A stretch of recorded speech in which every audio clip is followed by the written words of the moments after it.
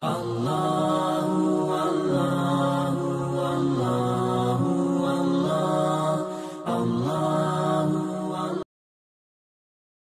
maghrib yang dimuliakan oleh Allah Subhanahu wa taala, kita kembali melanjutkan tafsir dan tadabbur pada surah yang mulia ini, surah Yusuf alaihi salam, di mana alhamdulillah kita sudah berada pada akhir-akhir dari kisah Nabi Yusuf alaihi salam, khususnya ketika bersama dengan pertemuan antara saudara-saudaranya.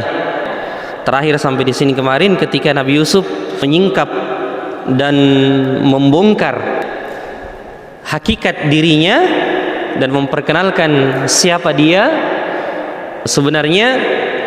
Beliau mengatakan di hadapan saudara-saudaranya, qala ana Yusuf wa hadha akhi qad manna Allahu alaina innahu may yattaqi wa yasbir fa innallaha la yudhi'u ajral muhsinin.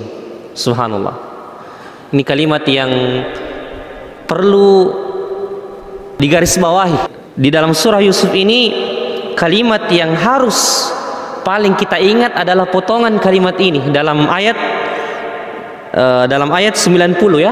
Dalam ayat 90 harus selalu kita ingat ketika Nabi Yusuf alaihissalam memperkenalkan dirinya kepada saudaranya, sayalah Yusuf dan ini saudaraku Bunyamin.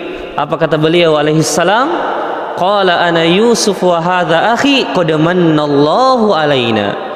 Allah Subhanahu wa taala telah memberikan karunia-Nya kepada kami dan telah memberikan nikmat-Nya kepada kami, ya, sehingga beginilah yang kalian lihat yang Allah Subhanahu wa taala telah memberikan kepada kami, kepada saya, bantuan dan pertolongannya, sehingga tidak mungkin saya bisa sampai pada kedudukan dan jabatan ini kecuali atas izin dan taufik dari Allah Subhanahu wa taala. Lalu Nabi Yusuf mengatakan dan membongkar rahasia bagaimana Allah Subhanahu wa taala memberikan ia kesuksesan tersebut. Dua kuncinya kita sudah sebutkan dalam perkataan beliau, innahu may yattaqi wa yasbir fa innallaha la yudhi'u ajral muhsinin. Sesungguhnya barang siapa yang bertakwa, bersabar, sesungguhnya Allah tidak mungkin menyia-nyiakan pahala orang-orang yang berbuat baik. Jadi ini inti kalimat dalam surah Yusuf ini yang harus selalu kita ingat.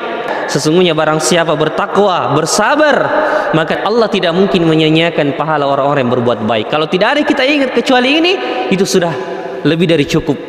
Karena inilah kesimpulan dari kisah Nabi Yusuf alaihissalam secara keseluruhan menurut pendapat sebagian dari ulama kita. Jadi ketika Nabi Yusuf alaihissalam mengatakan kepada saudara-saudaranya dan saudara-saudaranya pun mengakui kesalahan itu di hadapannya dengan mengatakan, qalu tallahi laqad atharakallahu alaina wa in kunna la khati'in. Subhanallah. 10 saudara-saudaranya dulu ini yang mengatakan bahwasanya bunuhlah Yusuf, jauhkan dia dari pandangan kita, ya, atau buang dia ke sumur agar kita mendapatkan perhatian ayah kepada kita. Sekarang mengatakan di depan Yusuf alaihissalam, qalu tallahi laqad atharakallahu alaina. Sesungguhnya Allah Subhanahu wa taala telah betul-betul telah melebihkan engkau di atas kami. Dan ditambah lagi mereka mengatakan, wa in kunna la khati'in, dan sungguh kami telah benar-benar berada pada kesalahan yang nyata. Ya subhanallah, telah diakuilah dosa dan kesalahan itu di depan orang yang telah dizoliminya, ya, Yusuf alaihissalam. Makanya ini hiburan, penguatan kepada Nabi sallallahu alaihi wasallam bahwasanya betapa besar kait, tipu daya, makar orang-orang kafir kepadamu, orang-orang kafir Quraisy. Sesungguhnya perhatikanlah Nabi Yusuf alaihissalam. Tadinya 10 saudaranya ini membuang dia ke sumur dan menjadi sebab ia terpisah dari ayahnya. Tapi sekarang dengan izin Allah Subhanahu wa taala, wa tilkal ayyamu nudawiluha bainan nas. Demikianlah hari-hari itu kami pergantikan. Artinya tidak selamanya engkau merasakan kesedihan, tidak selamanya engkau merasakan penderitaan, tekanan dan ejekan, hinaan dari orang-orang tersebut. Suatu hari nanti, seakan-akan Allah menyampaikan seperti itu kepada Nabi, suatu hari nanti mereka akan mengakui kesalahan itu di hadapanmu dan menjadi pengikutmu, wahai Rasulullah sallallahu alaihi wasallam. Karena surah Yusuf ini kapan turun? Pada saat apa? Pada saat awal-awal Nabi di Mekah, ketika Nabi mengalami tekanan yang paling besar dari orang-orang Quraisy, siksaan, ejekan, hinaan dan tuduhan kepada Nabi sallallahu alaihi wasallam sangat besar di saat itu. Makanya surah Yusuf ini turun memberikan penguatan kepada Nabi sallallahu alaihi wasallam.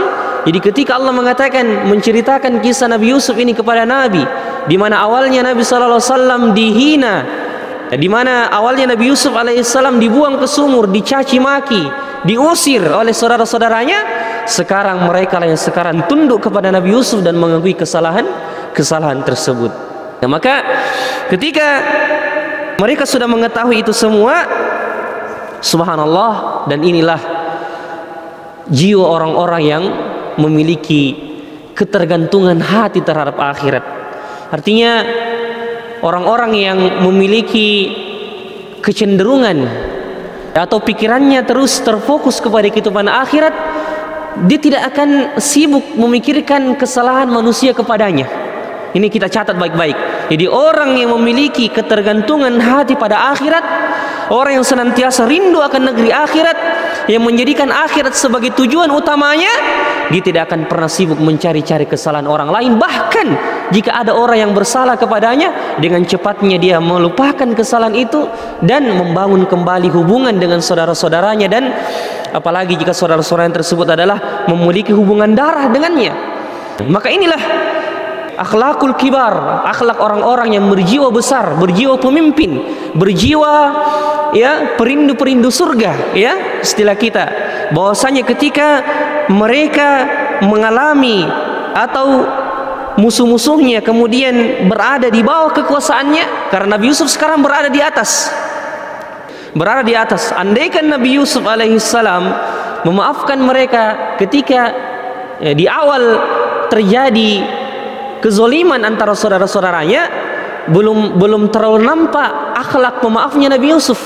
Tapi kata para ulama kita, ketika Nabi Yusuf sudah menjadi Perdana Menteri Mesir, dialah yang sekarang berada di atas dan mampu untuk membalas. Ini garis bawahnya, ini mampu untuk membalas. Dan di sini ada peluang besar untuk memberikan sedikit mereka hukuman. Ketika orang itu dizolimi, kemudian suatu hari nanti orang yang dizolimi itu menjadi orang besar, banyak pengikutnya, dan memiliki kedudukan, kesempatan dan peluang besar untuk membalas dan memberikan keburukan kepada musuhnya. Tapi itu sama sekali tidak dilakukan oleh orang-orang yang berjiwa besar dan merindukan negeri akhirat. Ia senantiasa berusaha bagaimana agar kemudian melupakan kesalahan-kesalahan manusia, sebagaimana Imam Ahmad. Ya, kita tahu bagaimana banyaknya musuhnya Imam Ahmad itu dari kaum Mu'tazilah, orang-orang yang menyimpang dari Ahlus Sunnah wal Jamaah, yang gara-gara kaum Mu'tazilah ini Imam Ahmad akhirnya dicambuk. Ya, ketika kaum Mu'tazilah ini berhasil membawa pemahamannya masuk ke dalam kancah pemerintahan di zaman Imam Ahmad itu, sehingga beberapa tahun kaum Mu'tazilah ini berhasil menguasai pemerintahan. Bahkan pemerintah pada saat itu memaksa ulama untuk berpemahaman bahwasanya Al-Quran itu adalah makhluk, bukan perkataan Allah. Dan ini keyakinan bahwasanya Al-Quran adalah makhluk itu akidah yang menyimpang, ya, akidah yang menyelisihi Ahlus Sunnah wal Jamaah, keyakinan yang keliru. Ketika kita mengatakan Al-Quran adalah makhluk, karena Al-Quran adalah perkataan Allah.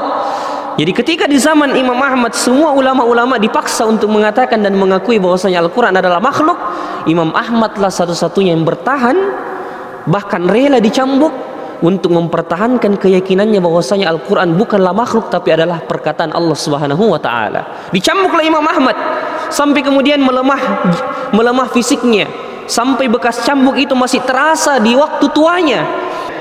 Ketika dia mengatakan kepada anak-anaknya bahwasanya, wahai anakku, sesungguhnya bekas cambukan ini masih memberikan pengaruh kepada tubuhku. Yang dulunya aku bisa sholat sunnah 300 rakaat setiap harinya, aku hanya bisa sekarang 1/2 saja, 150 rakaat saja setiap harinya. Berapa rakaat? 150 rakaat. Subhanallah. Ini Imam Ahmad, ya, subhanallah. Jadi ketika beliau mengatakan seperti itu, beliau dizolimi di zaman itu, banyak sekali orang-orang yang mencelanya dari kaum Mu'tazilah. Dan ketika bergulir pemerintahan dari pemerintahan Khalifah Al-Wathiq menuju pemerintahan Khalifah Al-Ja'far, pemerintahan Al-Wathiq yang dipimpin oleh Khalifah Al-Wathiq pada saat itu masih berpemahaman Mu'tazilah. Ketika bergulir pemerintahan yang diambil alih oleh saudaranya Al-Wathiq ini yang bernama Khalifah Al-Ja'far, beralihlah pemerintahan itu di tangan Al-Ja'far, dan Al-Ja'far ini berpemahaman Ahlus Sunnah wal Jamaah dan berhasil menghilangkan pemahaman di kalangan penduduk Baghdad bahwasanya Al-Quran bukanlah makhluk tapi dia adalah perkataan Allah Subhanahu wa taala. Jadi ketika Al-Ja'far menguasai pemerintahan, disingkirkanlah semua orang-orang Mu'tazilah yang menjadi penyebab ulama-ulama Ahlus Sunnah itu dizolimi dan dihinakan. Maka ketika utusannya Al-Ja'far ini pergi kepada Imam Ahmad dan mengatakan, wah Imam, sekarang engkau adalah berada di atas, dan sekarang jika engkau mau, kami akan mengutus utusan kami untuk menangkap semua orang-orang yang telah membuatmu tersiksa, membuatmu dicambuk, ya, dan kami akan memberikan hukuman kepada kaum Mu'tazilah tersebut jika engkau mau. Itu kata utusannya siapa? Al-Ja'far kepada Imam Ahmad. Namun apa kata Imam Ahmad, jamaah sekalian? Subhanallah, di sini perkataan yang sangat indah juga yang dicatat dengan tinta emas. Beliau mengatakan, jangan kalian menangkap mereka. Kenapa? Karena saya tidak mau ada seorang muslim di hari kiamat disiksa gara-gara saya. Saya tidak mau ada seorang muslim manapun, dan tidak pantas bagi saya, tidak pantas rasanya jika ada seorang muslim disiksa di hari kiamat atau di dunia ini disebabkan gara-gara saya. Subhanallah.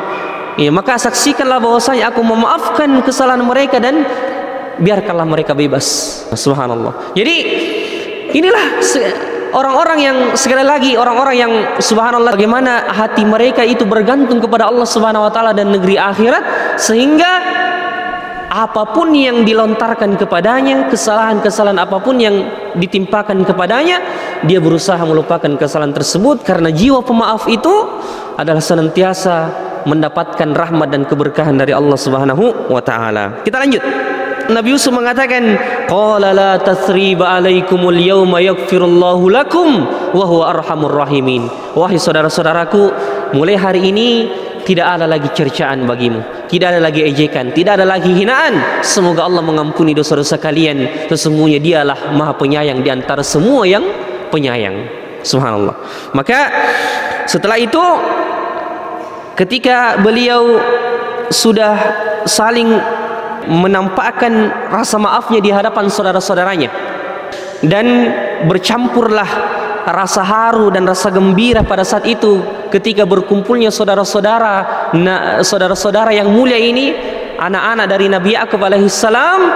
Nabi Yusuf tidak larut dalam rasa gembira itu dan langsung teringat kepada ayahnya.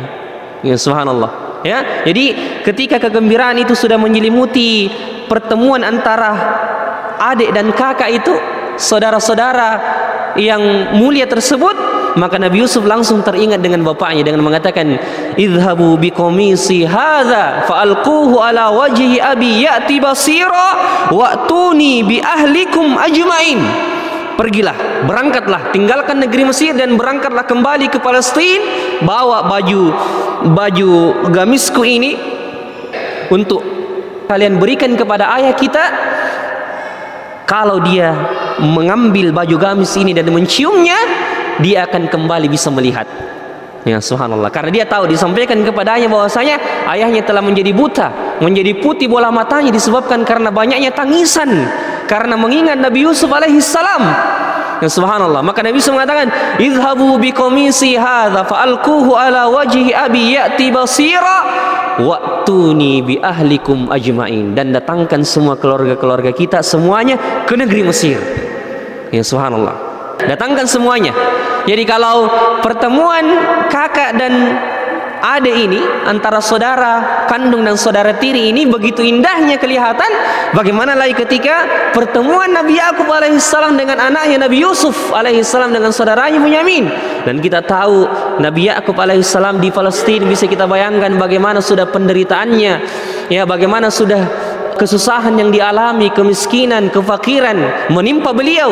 Tapi sekali lagi rasa percaya, rasa yakin, prasangka baik dan ketergantungan hati kepada Allah Subhanahu wa taala membuat dia tidak putus asa dan senantiasa menggantungkan harapan bahwasanya, ya Allah, bagaimanapun penderitaanku, bagaimanapun kesusahanku, bagaimanapun kegelisahanku dan ujian dan musibah yang menimpaku, tapi aku yakin Engkau masih ada, ya Allah. Engkau masih ada memberikan jalan keluar. Engkau lah Al-Hakim yang maha bijaksana. Engkau lah An-Nasir yang maha penolong. Engkau lah Ar-Razzaq yang memberikan rezeki itu kepada kita, kepada kami semua, ya Allah. Maka keyakinan inilah yang membawa Nabi Yakub tetap bertahan di atas ujian dan musibah itu. Subhanallah. Maka ketika Nabi Yusuf mengatakan, idhabu biqamidhi hadha fa'alquhu ala wajhi abi ya'ti basira wa'tuni bi ahlikum ajmain. Di sini menarik. Ketika baju itu dijadikan sebab, ya Allah jadikan sebab Nabi Yakub alaihissalam bisa melihat. Padahal di sini disebutkan, kata Syekh Nasir As-Sa'di dalam tafsirnya, bahwasanya Allah Subhanahu wa taala Maha Kuasa menjadikan sebab Nabi Yakub alaihissalam bisa melihat. Dan betul ketika nanti gamis ini dibawa kepada Nabi Yakub alaihissalam dan menciumnya, langsung dia bisa melihat. Yang menariknya di sini, ketika Allah Subhanahu wa taala menjadikan baju Nabi Yusuf itu menjadi hal yang menjadikan Nabi Yakub kembali bisa melihat, yang menjadikan jalan keluar dari penderitaan yang beliau alami tersebut, penyakit buta yang beliau telah mengidap dengannya. Ketika Syekh Nasir As-Sa'di mengomentari bahwasanya wallahu qadirun ala ayyashfiyahu min duni sabab, Allah Subhanahu wa taala dengan izinnya bisa menjadikan Nabi Yakub alaihissalam bisa melihat tanpa sebab, dengan izin Allah Subhanahu wa taala. Dan bisa jadi juga Allah Subhanahu wa taala menjadikan Nabi Yakub alaihissalam bisa melihat dengan sebab yang lain. Ya, entah mungkin dia berdoa kepada Allah, atau entah dia meminum air atau obat dan sebagainya sehingga dia bisa melihat. Tapi di sini menariknya, kenapa bajunya Nabi Yusuf dijadikan sebab Nabi Yakub alaihissalam lepas dari penderitaannya yang satu ini, penyakit buta itu. Jadi pertama, dengan sebab baju itu Nabi Yakub alaihissalam mendapatkan musibah, tanda mendapatkan musibah bahwasanya Nabi Yakub alaihissalam telah kehilangan anak yang dicintainya dengan dibawakan bajunya Yusuf kepadanya. Tapi di saat yang lain, baju itu juga menjadi sebab Nabi Yakub alaihissalam lepas dari penderitaan itu. Ya, berarti ada pelajaran di sini bisa ditarik dalam menghadapi musibah. Kata para ulama kita, ma qad yahzunuka yauman qad yakunu fihi sururuka godan. Apa yang membuat kalian sedih hari ini, boleh jadi itu juga yang membuat kalian gembira di masa yang akan datang. Baju yang diberikan kepada Nabi Yakub alaihissalam ketika kehilangan Nabi Yusuf itu yang membuat Nabi Yakub menjadi sedih karena kehilangan Yusuf. Tapi baju itu juga yang menjadikan Nabi Yusuf terlepas dari penyakit kebutaannya, karena Allah ingin menjelaskan kepada kita, kata para ulama, bahwasanya jangan bersedih dengan sebab yang datang dari masalah di kehidupan kalian, karena boleh jadi sebab yang mendatangkan masalah itu boleh jadi menjadi jalan keluar itu sendiri di masa yang akan datang. Ya, bisa dipahami kira-kira ini? Ya, jadi itulah sebabnya Allah jadikan baju ini menjadi sebab penderitaan Nabi Yakub alaihissalam, dan baju ini juga yang dijadikan sebab jalan keluar dari masalahnya. Berarti ikhwas sekalian ini, jamaah sekalian yang dimuliakan oleh Allah, jangan kemudian kita menjadi terlarut-larut ketika mendapatkan masalah, bahwasanya andaikan saya tidak melakukan ini, melakukan sebab ini. Jangan salahkan sebab, karena boleh jadi sebab itulah yang menjadikan kita apa? Yang menjadikan jalan keluar bagi kita. Ikhwas sekalian, Jadi ma qad yahzunuka yauman qad yakunu fihi sururuka gadan. Apa yang membuat kalian sedih hari ini boleh jadi itu juga yang membuat kalian bergembira di masa yang akan datang. Maka ulama kita mengatakan fa ahsiniz dhanni billah, maka berprasangka baiklah kepada Allah Subhanahu wa taala, wa kun mutafailan, dan jadilah kalian optimis. Fal amru kulluhu biyadillah, karena sesungguhnya semua urusan itu di tangan Allah Subhanahu wa taala. Allah lah yang mengaturnya. Allah Subhanahu wa taala dengan kuasanya menjadikan Nabi Yakub alaihissalam bisa melihat tanpa harus mencium dan mendapatkan baju tersebut. Tapi di sini Allah ingin memberikan pelajaran kepada kita semua bahwasanya ketika baju itu yang membuat Nabi Yakub menjadi menderita, tapi baju itu juga yang membuat Nabi Yakub menjadi senang dan bergembira. Berarti apa yang membuat kita sedih hari ini boleh jadi membuat kita bergembira di kemudian hari, insyaallah. Jadi qala fa'alquhu ala wajhi abi ya'ti basira wa'tuni bi ahlikum ajmain. Ketika Nabi Yusuf alaihissalam mengatakan, pergilah kalian dengan membawa baju ini kepada ayah kita. Ayat 93, jadikan baju ini, usapkan baju ini ke wajah ayah kita, nanti dia akan bisa melihat kembali, dan bawalah seluruh keluargamu kepadaku. Wa'tuni bi ahlikum ajmain, bawalah seluruh keluarga kalian kepadaku. Hari ini bawalah seluruh keluarga kita masuk ke negeri Mesir pada hari yang telah kita tentukan. Di sini kata-kata wa'tuni bi ahlikum ajmain, datangkan semua keluarga kita semuanya masuk ke negeri Mesir, karena Nabi Yusuf tahu disinilah jalan keluar dan akhir dari musibah itu yang Allah berikan pada keluarganya. Maka ketika jalan keluar itu dan musibah itu sudah akan berakhir, ya, bukan hanya musibah itu berakhir pada Nabi Yusuf, tapi berakhir juga pada ayahnya Nabi Yakub ketika bertemu dengan anak-anaknya. Maka Nabi Yusuf ingin kalau kegembiraan, jalan keluar dari musibah itu serta kesenangan, kegembiraan dirasakan oleh semua keluarga-keluarganya. Dan di sini ditarik pelajaran tadabbur bahwasanya ikutkan orang-orang tercinta dalam kegembiraan dan kesenangan yang kita rasakan hari ini, esok, dan di masa yang akan datang. Jadi apa yang kita rasakan berupa kegembiraan, apa yang kita rasakan berupa nikmat, bukan berarti kita menceritakan dan membeberkan nikmat Allah Subhanahu wa taala kepada manusia dengan sombong, tidak. Tapi ulama kita mengatakan boleh kita menceritakan nikmat itu kepada orang-orang yang kita percayai. Memang kita tidak sembarangan menyebutkan nikmat itu kepada siapa saja, karena bisa jadi orang yang kita ceritakan nikmat itu hasad kepada kita, dengki kepada kita. Makanya tidak semuanya kita ceritakan. Kalau kita mendapatkan nikmat, kita mendapatkan rezeki, kita mendapatkan kelebihan, ya, atau apa saja nikmat yang Allah berikan kepada kita, tidak semuanya orang kita ceritakan nikmat itu kepadanya. Tapi ulama kita mengatakan boleh kita ceritakan nikmat yang telah kita dapatkan itu kepada orang-orang yang telah kita cintai, seperti orang tua kita, istri kita, anak-anak kita, karena kegembiraan itu akan semakin sempurna ketika orang-orang tercinta berada di sebelah kita, merasakan bersama kenikmatan dan kegembiraan tersebut. Subhanallah. Wa'tuni bi ahlikum ajmain, datangkan kepadaku semua keluarga-keluarga kita semuanya. Kemudian Allah mengatakan di ayat 94, walamma fasalatil 'airu qala abuhum inni la ajidu riha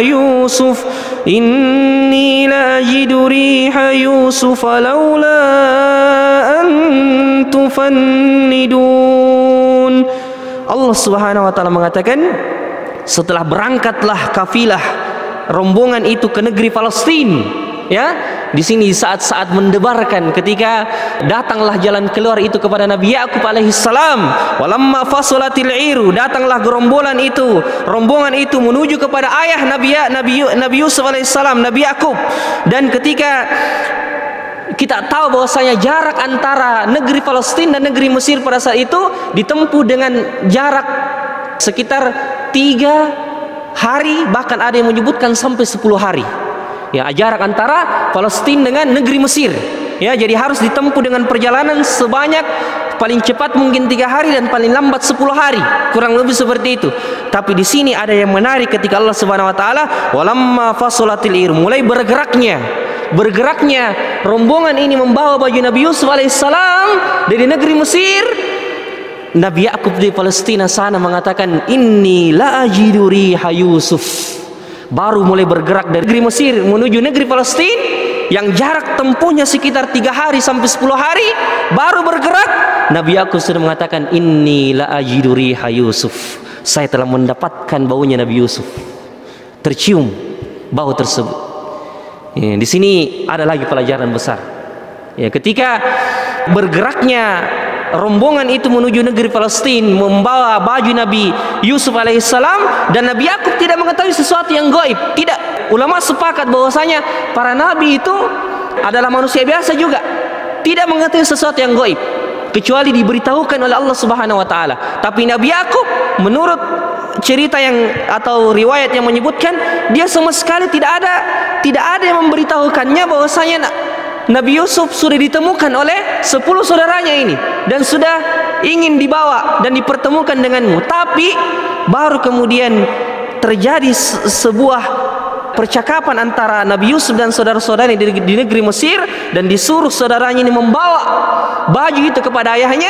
Bergeraknya rombongan itu menuju negeri Palestina, mulailah di situ tercium baunya Nabi Yusuf alaihissalam. Di sini menunjukkan pelajaran besar jamaah sekalian bahwasanya jalan keluar itu ketika memang sudah datang waktunya, belum kita rasakan hawa-hawanya sudah ada menimpa diri kita, insya Allah. Ya, di sini disebutkan dari tafsir Imam Fakhruddin Ar-Razi, beliau mengatakan Ausallallahu ta'ala ila Ya'qub riha Yusuf alaihi salam inda inqidai muddatil mihnah. Perhatikan baik-baik. Allah Subhanahu wa taala menyampaikan kepada Nabi Ya'qub alaihi salam baunya Nabi Yusuf.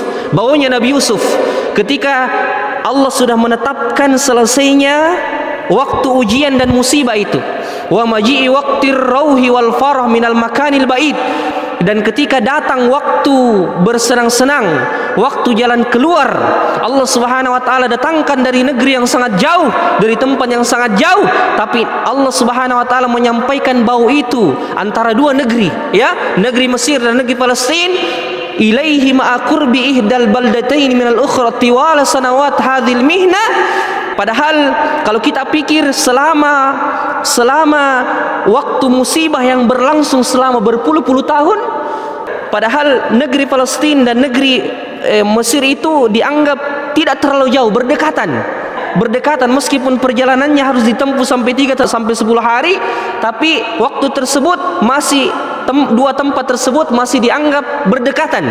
Ketika kita memikirkan bahwasanya pada masa-masa ujian tersebut, pada masa-masa musibah itu, boleh jadi Nabi Yakub alaihissalam mencari tahu tentang Nabi Yusuf dan dia bisa mendapatkan Nabi Yusuf, tapi belum saatnya. Pada saat itu Allah Subhanahu wa taala memberikan jalan keluar kepadanya, sehingga tidak ada tanda-tanda, tidak ada sesuatu yang membuat Nabi Yakub alaihissalam mengetahui keadaan Nabi Yusuf.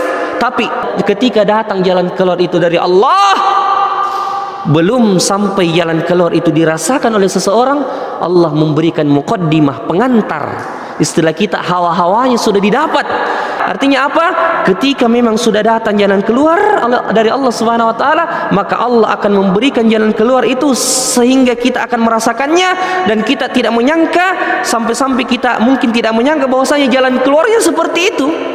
Makanya ikhwas sekalian, jamaah sekalian, jangan bersedih dengan musibah apapun, sebesar apapun dan serumit apapun masalah yang kita hadapi, karena inna ma'al usri yusra, inna ma'al usri yusra, bersama kesulitan itu ada kemudahan, bersama kesulitan itu ada kemudahan. Dan jika memang sudah datang jalan keluar itu betul-betul dari Allah Subhanahu wa taala, maka jangan khawatir. Ya, Allah Subhanahu wa taala akan betul-betul menyampaikan jalan keluar itu kepada kita, bahkan mungkin dari cara dan sebab yang tidak kita sangka-sangka, bahwasanya begitulah Allah memberikan kita jalan keluar. Walamma fasalatil 'iru qala abuhum inni la ajidu riha Yusuf.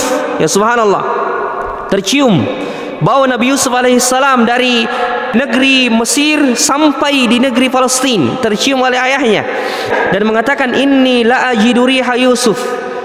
Mau lihat bagaimana rasa yakinnya Nabi Yakub alaihissalam dan rasa prasangka baiknya kepada Allah, ya, dan rasa percayanya akan jalan keluar dari Allah. Mau lihat bagaimana lagi rasa percayanya Nabi Yakub yang tinggi, rasa prasangka baiknya Nabi Yakub yang betul-betul luar biasa kepada Allah Subhanahu wa taala, ketika beliau mengatakan inni la ajidu riha Yusuf, saya mendapatkan baunya Nabi Yusuf.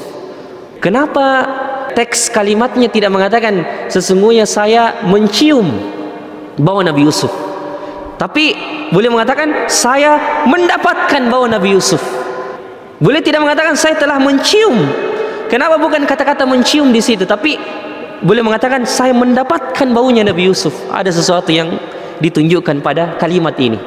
Ya, ketika boleh mengatakan la ajidu riha, saya mendapatkan bau Nabi Yusuf alaihissalam, dan tidak mengatakan saya mencium.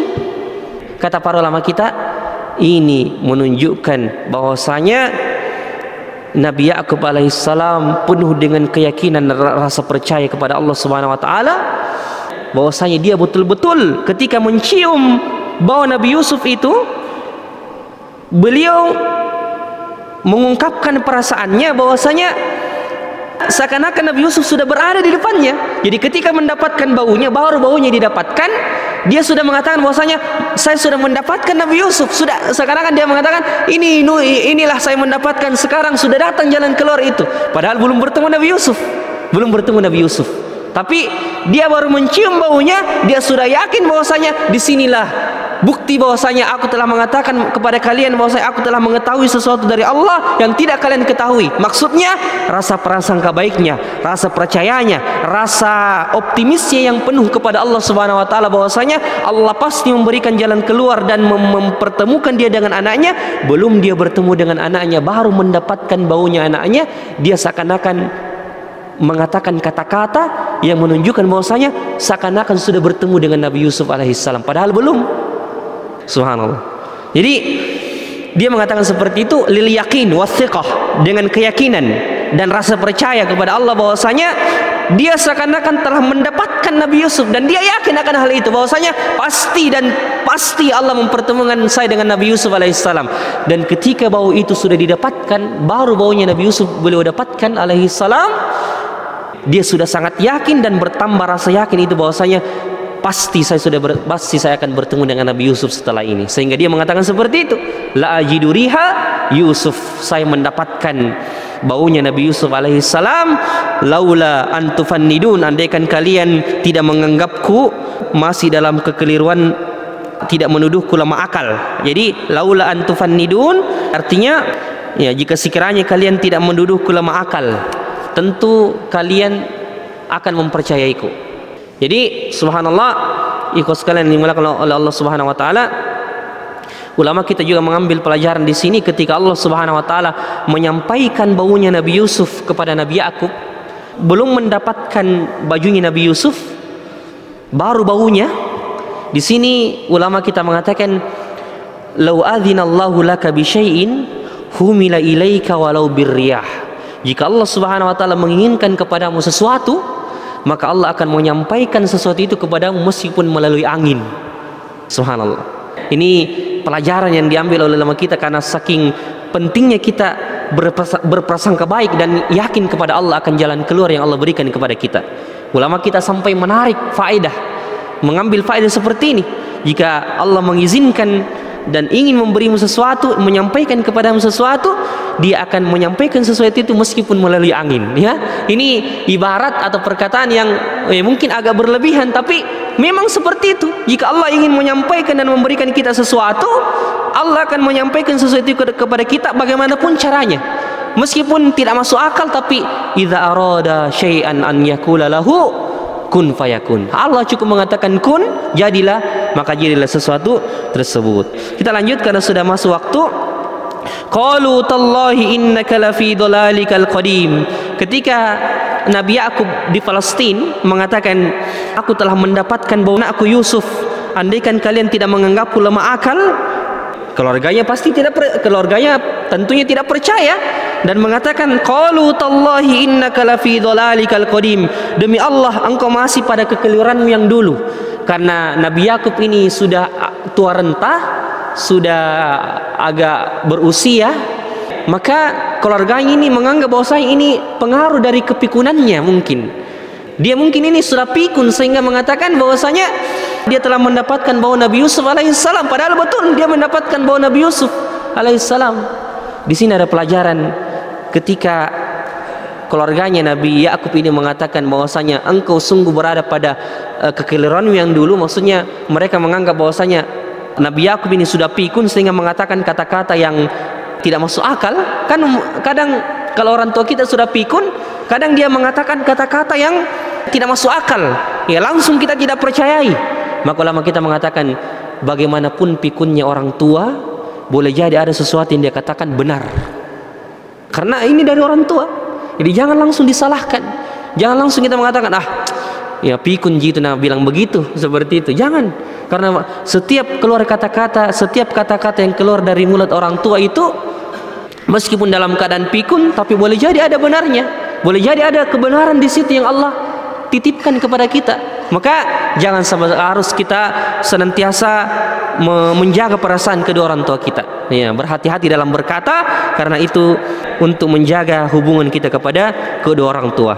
Falamma anja al-bashiru alqahu ala wajhihi fartadda basira qala alam aqul lakum inni a'lamu minallahi ma la ta'lamun.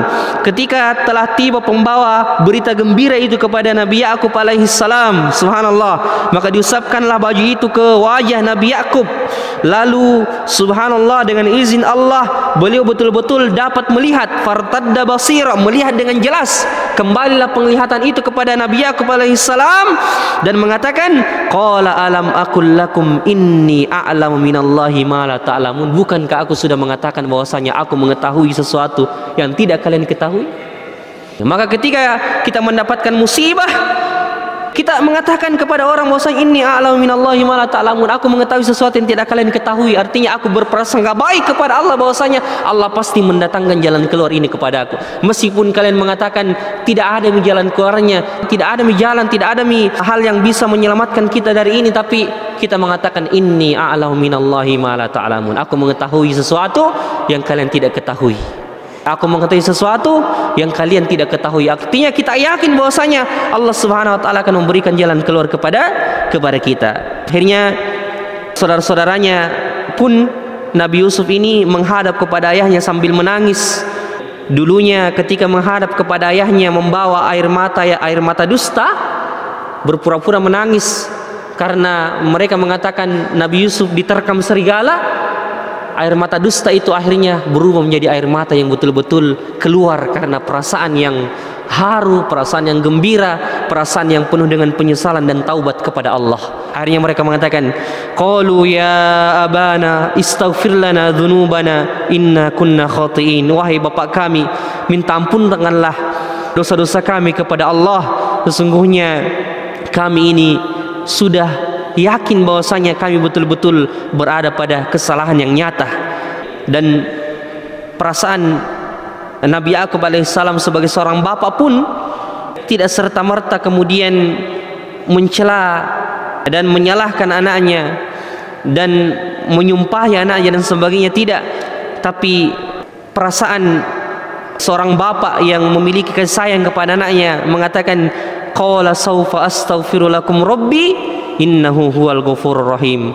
Anak-anakku, saya akan memintakan ampun kepada kalian dari Tuhanku, sesungguhnya Dia Maha Pengasih, Maha Pengampun, lagi Maha Penyayang. Sesungguhnya Dialah Allah yang Maha Pengampun, lagi Maha Penyayang. Ya, ada faedah di sini kita sebutkan, tapi karena sudah masuk waktu kita akan sebutkan pada pekan depan insyaallah.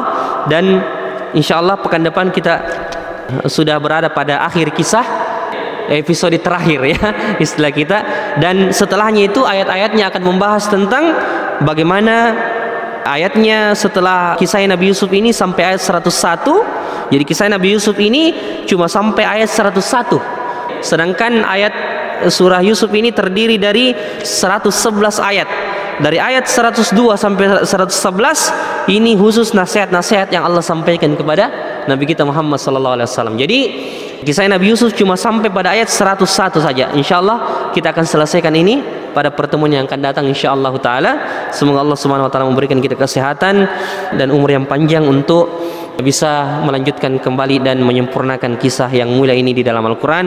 Dan semoga Allah Subhanahu wa taala memberikan kita karunia berupa iman yang kuat, keyakinan yang sempurna, prasangka baik kepada Allah, rasa tawakal yang penuh kepada Allah, dan memberikan kita taufik dan kemudahan untuk senantiasa bergantung kepada Allah Subhanahu wa taala dan selalu berharap kepada Allah Subhanahu wa taala. Subhanakallahumma rabbana wa bihamdik asyhadu an la ilaha illa anta astaghfiruka wa atubu ilaik. Akhiru da'wana alhamdulillahi rabbil alamin. Assalamualaikum warahmatullahi wabarakatuh.